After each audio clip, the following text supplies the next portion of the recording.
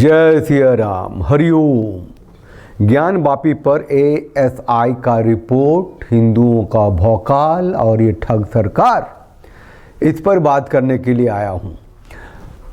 Media खोलिए, TV खोलिए, TV news खोलिए तो आपको हर जगह दिखेगा कि राम मंदिर के बाद अब ज्ञान वापी का स्वयंभू शिवलिंग मंदिर, ज्ञान वापी मंदिर, बाबा विश्वनाथ मंदिर अब तो भैया हिंदुओं को देना ही पड़ेगा। ये जो भौकाल है और ये जो एक नैरेटिव बिल्ड की जा रही है, धोखा है, ये सरकार की ठगैती है। 1991 प्लेसेज ऑफ वर्शिप एक्ट है ना, पूजा स्थल का कानून 1991 है, जिसका अर्थ यही है, वो जो कानून है कि 1947 के बाद जो मंदिरों की हालत थी, नाम है पूजा स्थल का कानून है। और कानून ये है कि चाहे वो मंदिर ध्वस्त किए गए हों, तोड़े हों, मोल्ड किए गए हों, जैसे भी किए हों, 1947 तक जो उनकी स्थिति थी वही स्थिति बाद में रहेगी, उसमें आप बदलाव नहीं कर सकते। तो ये जो ठग सरकार है, जो मोदी एंड कंपनी की सरकार है और नीचे में योगी की सरकार है, वो लोगों को ये तो नहीं बता रहे आज तक कि भैया हमने कॉरिडोर बना दिया। तुम अंधे थे क्या? छोटे छोटे मंदिरों को, कितने शिवलिंगों को उखाड़ के, मंदिरों को तोड़ के कॉरिडोर बनाया ना हमने। मस्जिद वही है, क्योंकि कानून है कि जो भी 1947 के बाद जो स्थिति है राष्ट्र में वही रहेगी, उसमें बदलाव नहीं हो सकता। तो जो टीवी मीडिया में जो आते हैं, जो मौलाना को खास करके बुलाते हैं लोग, जो कुछ ऐसी बात बोलें जिससे कि हिंदुओं की चेतना जगे और फिर लगे कि भैया हिंदुओं के लिए इतना कुछ हो रहा है, तो ये सरकार जो है हिंदुओं की है। लेकिन ये ठगैती है। ये कहने के लिए मैं आया हूँ कि ये जो मस्जिद है, ज्ञान वापी मस्जिद है, अभी भी जो लोग चिल्लाते हैं ना कि भैया नंदी का मुंह अभी भी उधर है ना, सिर्फ शिवलिंग ही नहीं मिला है, उसमें हिंदू धर्म से संबंधित सब कुछ मिले हैं भैया, वो मंदिर ही था। अब भैया था तो था, क्या कर ले, मंदिर था तो तुम्हारा कानून है ना, मंदिर था नहीं था कुछ भी था, 1947 के बाद तो था ना। तो फिर अच्छा, एक और खतरा है जो लोगों की चेतना को जो कुंद कर दिया गया है, जो एक नैरेटिव के तहत एक माइंडसेट को ध्वस्त कर दिया गया है। चार बहनों ने श्रृंगार गौरी की पूजा का अधिकार मांगा था ना कोर्ट में जाके। तो बेसिकली लड़ाई है कि हमें पूजा का अधिकार दो, तुम यहाँ पूजा करो, वो उधर नमाज अदा करेंगे। तो फिर होगा कि नमाज अदा करेंगे तो वजू का जो पानी उधर शिवलिंग में जाता है, उसकी सुरक्षा करो। तो इन सब बातों को छोड़ करके ये हो रहा है कि नहीं, अब मस्जिद वहाँ से हटेगी, अब मंदिर वहाँ बनेगी। अरे भैया, ये मोदी एंड कंपनी की सरकार ने एक ही उत्तर प्रदेश में तीन पाकिस्तान को क्रिएट करने के रास्ते पुख्ता कर दिए हैं। शांति के नाम पर पहले विकास एक नया आयाम हो गया, शांति के नाम पर आप अयोध्या को नया मक्का का रूप दे दीजिए, वही वाला होने वाला है। आगे चलकर वही स्थिति काशी की होगी, वही स्थिति मथुरा की होगी, समझ गए।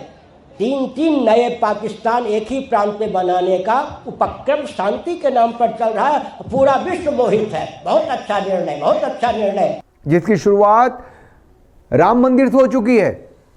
कई बार बताया हूँ कि राम मंदिर जितना भव्य बना है, जितना चेतना जगी है, कहते हैं कि राम चेतना का पुनरुद्धार हुआ है मंदिर बनने से। देख लेना 1 महीने के बाद जब वहाँ इसी मंदिर के बदले, इसी मंदिर के सौदे में जो सबसे विशालतम मोहम्मद बिन अब्दुल्ला मस्जिद अयोध्या में सरयू किनारे बन रही है, ठीक, इमाम, मक्का के इमाम आएंगे वहाँ पहली नमाज अदा करने। वो जो अंतर्राष्ट्रीय एयरपोर्ट बना है अयोध्या में, वो गाजा पट्टी की तरह इस्तेमाल होगा। तो ये नैरेटिव आप लोगों तक, आम जनता तक क्यों नहीं पहुंच रहा कि ये जो मोदी एंड कंपनी है वो हिंदुओं का वोट लेकर सत्ता में है, हिंदुओं का वोट लेकर सत्ता में आएगी और हिंदुओं की भावना का सौदा करेगी।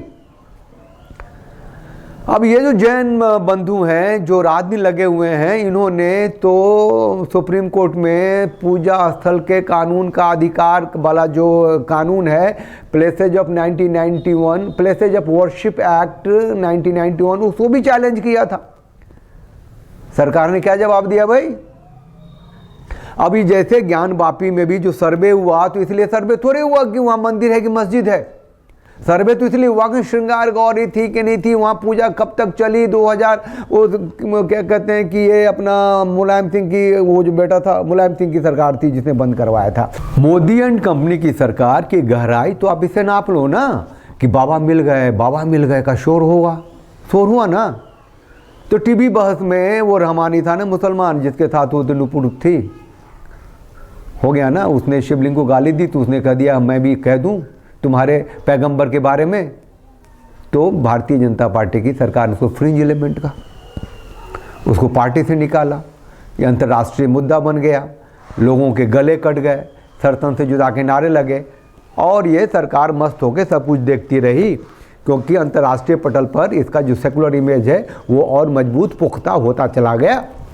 बात बिल्कुल साफ है, ये नैरेटिव बिल्ड ही नहीं होने दिया जा रहा है कि बंटवारा क्यों हुआ था, बंटवारा का आधार क्या था, बंटवारा अगर हिंदू मुसलमान के नाम पे हुआ तो हिंदू सनातनी सत्ता की व्यवस्था बंटवारे के बाद भारत में क्यों नहीं लागू हुई। बंटवारा हुआ था 1947 में, और फिर प्लेसेज ऑफ वर्शिप एक्ट 1991 1991 में जाकर के ये कानून क्यों बना था? क्या मुसलमानी सत्ता को बहुत मजबूती से पुख्ता करना था, है कि नहीं? अब ये कानून बनने के बाद से उसमें नैरेटिव में ये भी आम जनता को ये भी नहीं बताई जा रही कि इसमें राम मंदिर को अलग कर दिया गया था। क्यों किया गया था भाई? जब कानून बनाया तो सबके लिए क्यों नहीं किया? तो राम मंदिर को अलग क्यों किया था? अलग कर दिया था, फिर भी 5 एकड़ ज़मीन क्यों दी? 5 एकड़ ज़मीन सुप्रीम कोर्ट ने दी, और क्या कहते हैं 7 एकड़ ज़मीन कहते हैं कोई वक्फ बोर्ड ने दे दिया है, और फिर तो पूरा मिडिल ईस्ट है ही। तो एक ही अयोध्या में राम मंदिर के सौदे में उतनी बड़ी मस्जिद वहाँ बनी जा रही है जहाँ दुनिया का सबसे बड़ा कुरान रखा जाएगा, और दूसरा फिर वही चीज़ें होंगी कहाँ? काशी में। जो भी इनकलाब जिंदाबाद चल रहा है, बाबा मिल गए, बम बम भोले, जय शिव शंकर के नारे लग रहे हैं, और श्रृंगार गौरी में पूजा होगी और तुरंत होगी, वहाँ भी तो मस्जिद है। मस्जिद के बदले क्या करोगे? कानून तो है ना, ये कानून है कि पूजा स्थल जो भी हैं उनमें बदलाव नहीं हो सकता। तो जब मुसलमान लोग हैं, मौलवी लोग हैं, आते हैं चिक के कहते हैं, उनको दबा दिया जाता है। अरे भाई कैसे कह सकते हो, वो तो हिंदुओं का है, औरंगजेब ने तोड़ा था, दिस हुआ दैट हुआ, वहाँ ये मिले, वहाँ वो मिले, वहाँ ओम मिला, वहाँ लक्ष्मी मिले, वहाँ पार्वती मिले, वहाँ कार्तिक मिले, वहाँ गणेश मिले, वहाँ तीर्थनुष मिला। अब ये सब चिल्ला के क्या करोगे? कानून रिपील करो ना संसद में। Places of worship act Bharat बंटवारे के बाद के भारत के जो हिंदू हैं, सनातनी हैं, उसको गुलाम बना दी है, उसको अपनी पूजा का अधिकार नहीं देती है, और नाम है पूजा स्थल का कानून। अभी फिर जाओगे ना वहाँ मथुरा, वो भी कोर्ट में गया है ना मसला।